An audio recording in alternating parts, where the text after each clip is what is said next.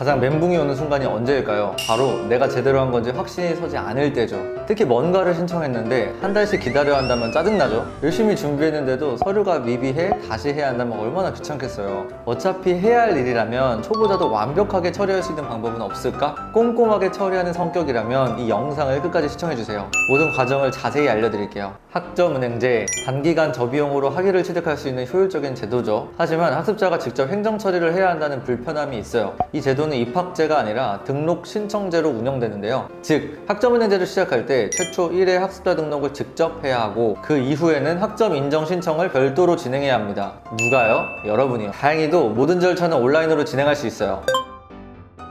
학점은행제 시작하려고 마음먹었을 때 바로 등록할 수 있으면 좋겠지만 안타깝게도 신청 기간은 정해져 있습니다. 1, 4, 7, 10월에 월 초부터 월말까지 신청 가능하죠. 신청을 해두면 바로 처리되는 게 아니라 심사위원이 하나씩 검토함으로 최대 2달까지 걸릴 수 있습니다.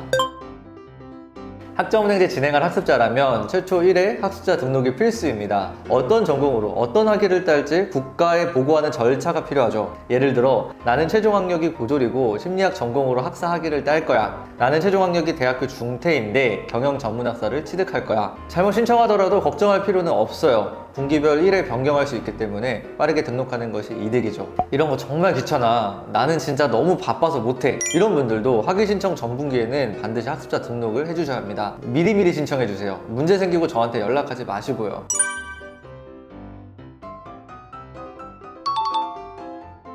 있습니다. 모르는 학점을 발견할 수 있어요. 학습자 등록을 하면 나의 최종 학력과 보유 학점이 표로 정리되거든요. 누락된 학점도 확인할 수 있죠. 아니요, 전혀 상관없습니다. 수업을 듣고 나면 교육원에서 진흥원에 직접 보고하는 것이 원칙이기 때문에 학습자 등록을 나중에 해도 학점은 유효합니다. 즉, 나중에 학습자 등록 후 신청해도 문제가 없죠. 최종 학력 고졸인 분들은 학점은행제를 0학점부터 처음 시작하는 분들인데요. 이런 분들은 따로 서류 제출이 필요 없습니다. 다만 예외가 몇 가지 있습니다. 88년도 이전 고등학교 졸업자, 검정고시 졸업자, 외국 고등학교 졸업자, 이 경우 표를 확인해 주세요.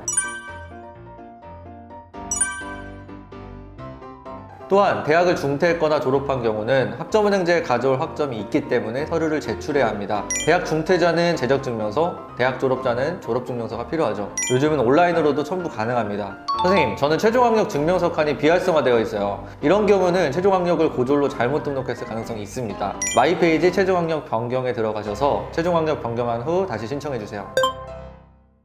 학점 인정 신청은 내가 완료한 학점 취득원을 하나씩 신청하는 과정이에요. 수업이 끝났거나 자격증을 합격했거나 대학을 자퇴 혹은 졸업한 경우에만 학점 인정 신청을 할 수 있습니다. 수업이 끝나면 교육원에서 국평원으로 과목을 넘깁니다. 이때 마이페이지에서 미신청 학점을 확인하고 신청할 과목을 체크한 후 진행해주세요. 여기서 선택지가 있는 과목들은 전공으로 인정받을지 교양으로 인정받을지 선택해 학점 인정 신청하시면 됩니다. 서류는 따로 필요 없으며 신청한 후에 변경하거나 취소도 가능합니다.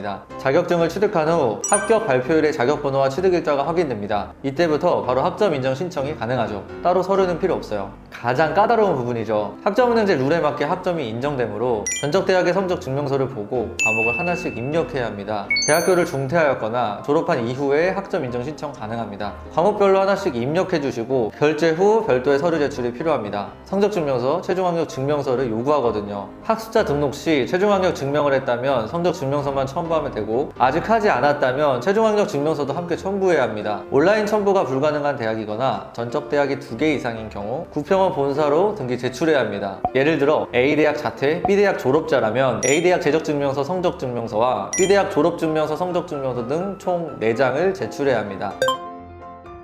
학습자 등록, 학점 인정 신청을 마친 후 제대로 신청되었는지 확인하는 과정이 매우 중요합니다. 처리 절차가 온라인으로 이루어지기 때문에 자동으로 처리될 것 같지만 실제로는 행정팀이 수동으로 처리하거든요. 딱 3가지 과정으로 나뉩니다. 첫 번째는 신청 단계입니다. 내용 입력, 결제, 서류 제출까지 학습자가 직접 해야 하는 과정입니다. 두 번째는 처리 중입니다. 별도의 제출 서류가 필요 없거나 서류 도착이 확인되어 검토 및 처리 중에 있는 상황입니다. 행정팀의 스케줄에 따라 복불복으로 처리합니다. 세 번째는 처리 완료입니다. 신청 내역이 모두 처리되어 표에 반영된 경우입니다. 구체적으로 신청 상태를 확인하는 방법이 있습니다. 마이페이지의 나의 접수 현황에 들어가 현재 신청 현황을 클릭하면 처리 현황을 자세히 알 수 있습니다. 미결제는 신청하였으나 결제하지 않은 경우, 결제 완료는 결제만 진행했을 경우, 등록 완료는 학습자 등록 처리 완료된 경우, 서류 미비는 미비 서류가 발생한 경우, 서류 도착 및 검토 중은 결제 진행 후 서류 제출하였고 국평원에서 확인한 경우, 환불 발생은 초과 학점이 발생해 일부 금액 환불된 경우, 처리 완료는 각종 학점 취득원이 학점 인정받은 상태입니다. 각 단계별 세부 내용을 알려주는데요. 마지막 처리 완료된 경우 학적부 조회를 통해 확인합니다.